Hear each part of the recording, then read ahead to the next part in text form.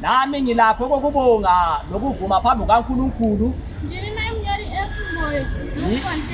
Yimi umaye munyori umaye nobhala efumoyo eBloemfontein. Ngaphansi kamfundisi Takaringofa. Ngiphakamele ukubonga ukusiliswa kwendodana yami, ukusiliswa kwendodana yami esibhedlela. Mwana akatanga kurwara musi wa 12 January. Indodana yami yaqala ukugula mhla ka 12 January. Akangotanga kupisa muviri zvaisanzwisisi. Waqala ukuchisa umzimba okungazisisekiyo. Saka ndakamutore tikaenda kuchipatara musi wa 13. Ngakho ngamthatha ngahamba naye esibhedlela mhla ka 13 January. Akanosvika akanzi akawanda sauti mumuviri. Ngafika kwathiwa khona kune sauti eningi emzimbeni wakhe. Saka takabva transfer wachipatara tikaenda kunonzi kuPrinom. Sase sihanjiswa kwesinye isibhedlela.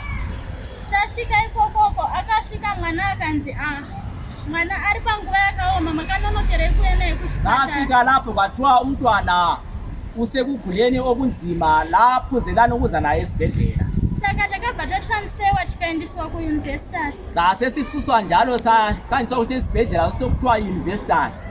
Achibva asvika ikokoko zvikanzi mwana moyo wake muhombe, chiropa chake chakakura zvakare. Safika lapho kwathiwa inhliziyo yakhe inkulu njalo isibindi sakhe sikhulile. Saka akabvanzi futi ane furo rakawanda riri mukati mechipfuva chake. Kwathiwa une gwebu eliningi esifubeni sakhe. Vaiti vari kutarisira kumisa kuoperation. Base besithi sizomfaka kuoperation. Asi tichambotanga tadrena furo riri mukati memapapu. Kodwa soqala sidrene igwebu elisemaphatshini akhe. Saka vakabva vamuisa machuba ngakawanda zvekuti ndaiti ndikamutarisa ndaichema. Vamfaka amachuba amaningi ukuthi bengichithi mangimbheka bengikhala. Akaita 2 weeks ari ipapo. Wahlala 2 weeks ekulawo machuba. Ndipo pavakamubvisa vakati zvese zviri right nokuti mwana aiteurirwa ndaifonera mabhishopu vachimuteurira. Wasekhitshwa lapho after 2 weeks kwathiwa konke sekuright ngoba bengifonela amabhishopu umntwana wethandazelwa. Ndakabva ndavabvunza kuti ko-operation yamaitaura zvikanzi handi ku-operation. Ngase ngibabuza ukuthi kathi le operation kade ngiyikhuluma base besithi bona akasahambi ku-operation. Takabva tanzi iko zvino changosara pamwana ndechekuti afeme zvakanaka. Vakabva vamisa pa-oxygen. Base besithi osokusele kuphela manje ukuthi aphefumule kahle base bemfaka u-oxygen. Saka ndakatenda Mwari nekurumbidza Mwari. Ngakho ngabonga uNkulunkulu nokudumisa uNkulunkulu. Nokuti iko zvino haacharwari. Okwamanje usephilile usengumcemane. Ndotenda Mwari waPauro maZheAfrica akaporesa mwana wake. Ngiyabonga uNkulunkulu kaPauro maZheAfrica ngokupholisa ingane yami. Mwana wacho ndiye wandakati angiredi isimba nje. Utaura zviripo zvinobatika nhaika. Ngati mwana chita vanhu vafunga kuti mwana ari kumba pamwe achakarara. Vatoti mwana wacho ndiye wandakadiwa. Ndakabata kutotamba. Ndotenda nekubatsira. Mwana wachona ndiye wandakabata. Umntwana nguye lo ngimubambileyo. Dumisani Jehovah. Ndachikumbira ateurirwe. Bengicela kubana athandazelwe.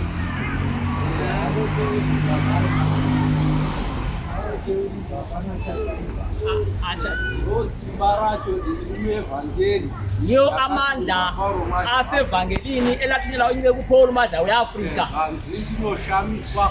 Wathiwa ngiyamangaliswa kakhulu namabasa makuru akadaya ngemsebenzi emkhulu enje kuti mwana anze awakwenda kuno-operatwa operation chibhadzimwa naJesu ukuthi umntwana kuthiwa usesiya operate kodwa i-operation yacinywa nguJesu. Moyo wanzi wakakurisa asi wakadzotswa. Inhliziyo kuthiwa ikhule kakhulu kodwa yalethwa. Izvi zvinoshamisa izvi.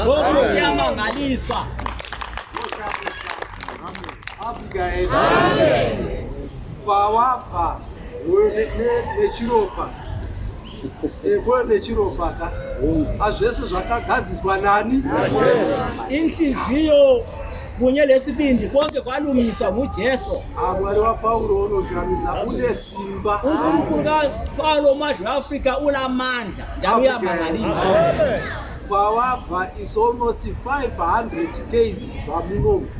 Lapha mberi kweBloemfontein 70 k's from Bloemfontein kuenda kuMutsabelo kwavanogara. lapho kusuka khona lumama is more than 500 k's from here. Zvino kana vanhu vachizvipira zvakadai Mwari ungarega here kuita mabasa anoshamisa? Manje abantu mabezinikela kanje uNkulunkulu angeke ebayeke. Vhangeri yaSt Paul mazwe weAfrika inoda vanhu vanozvipira. Ivangeli kaSt Paul mazwe weAfrika ifuna abantu abazinikelayo. Vanozviramba. Abantu abazidelayo. Kwete munhu anotaura kuti nhasi handina nyama manheru saka ndiende kupi? Ndichechi. Umuntu oti namhlanje angizanga ngenyama ntambama kusasa ngiye enkonzweni. Nditokumbira kuti Mwari akubatsire. Cela kuba uNkulunkulu akuncede. Kuti unzwisise kunamata uku kwawakada uku. Ukuthi uzwisise ukuthandaza lokhu wakufunayo. Afrika yedu.